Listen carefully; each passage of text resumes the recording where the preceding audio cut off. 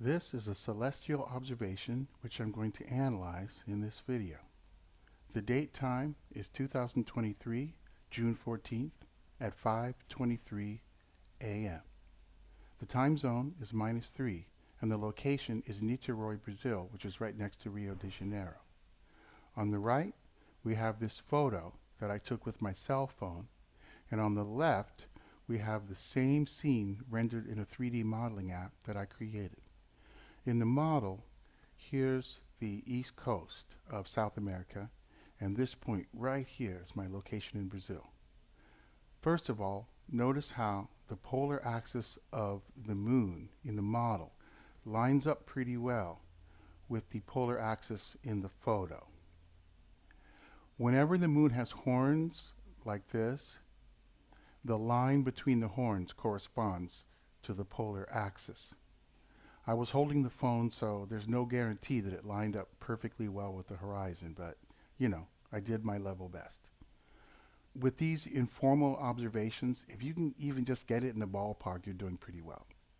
The goal is to be able to look in the sky and visualize the 3D model in your mind. This correspondence that we have here is definitely close enough to be able to do that. Okay, so we've considered the polar axis. Now let's look at the shape or phase of the moon.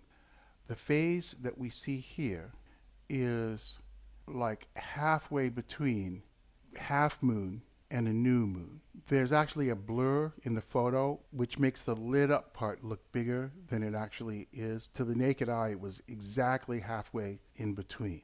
And if you look up here at the date, you can see why. This date, June 14th, is exactly in the middle between June 10th, which was the waning crescent when we saw a perfect half moon, and June 18th, which will be the new moon, and it won't be lit up at all. Okay, so now let's take a look at how this happens. This yellow line right here represents the most direct sunbeam to the moon. As you can see, it's hitting the surface of the moon somewhere around the corner. Whenever you can't see the exact spot where the most direct sunlight hits, then you're going to see less than half of the moon's surface lit up. We can also see this imaginary line if the direct sunbeam were to pass through the moon. So that also gives us a gauge of where it's actually hitting. So now we can go back to the photo, and when you see this photo, and if you were to look in the sky and see the moon looking like this, you can imagine that the sunlight is hitting the moon somewhere around the corner, halfway between this edge and the back side opposite from us. Okay, now let's take a look at Mercury. In this photo, we see a beautiful conjunction with the moon. But notice in the model, Mercury is down lower in relation to the moon. That's because in this simplified model, the orbits of the planets are evenly spaced, and that definitely distorts some of the angles. So you have to kind of compensate for that in this version of the app. Now let's zoom out in our model and get some perspective for our current scene. So here we go, we're zooming out, and as we zoom out, you can start to make out the rest of the shape of South America.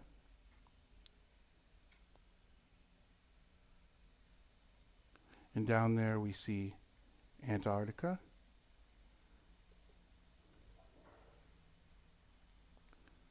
I'm going to go ahead and zoom out a little faster.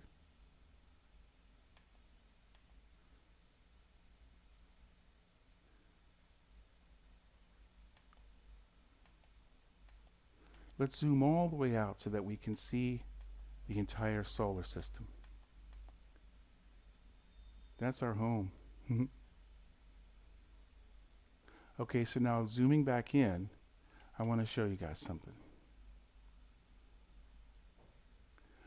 When we go back in and we go up here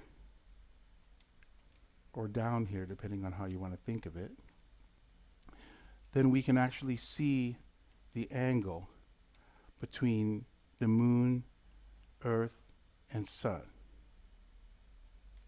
So if we go over here and look at what that angle is, we can see that the angle is getting pretty small. It's from the moon to the earth to the sun. And the moon is actually going this way. And so every day it's going to be a little bit more this way. And so that angle is going to get smaller. There's a direct correspondence between the size of this angle and the amount of the moon's surface that's lit up.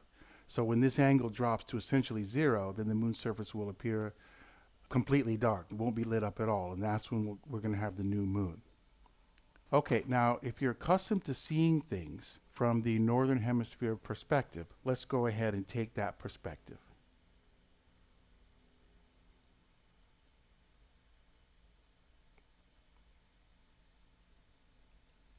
So we're going to come up here, and then we're going to look down on the scene.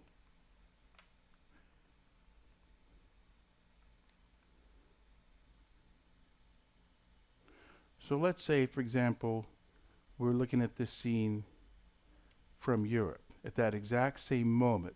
So it's a little bit later in the day in Europe. So in Europe, the moon is actually going to be higher up in the sky. So now let's just spin around here.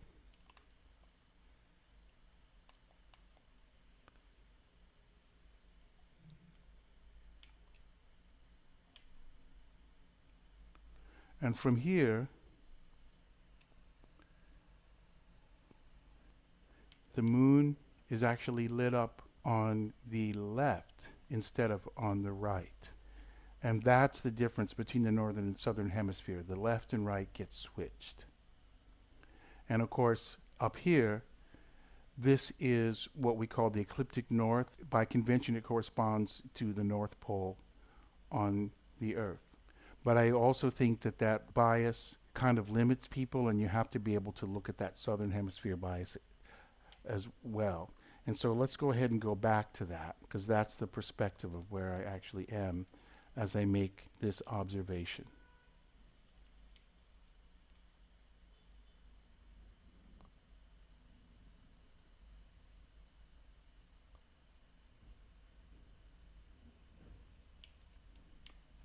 And there's our location in Brazil.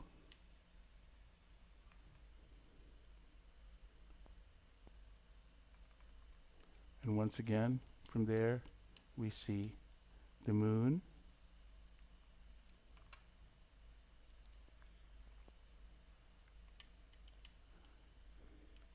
And then we can bring back our photo.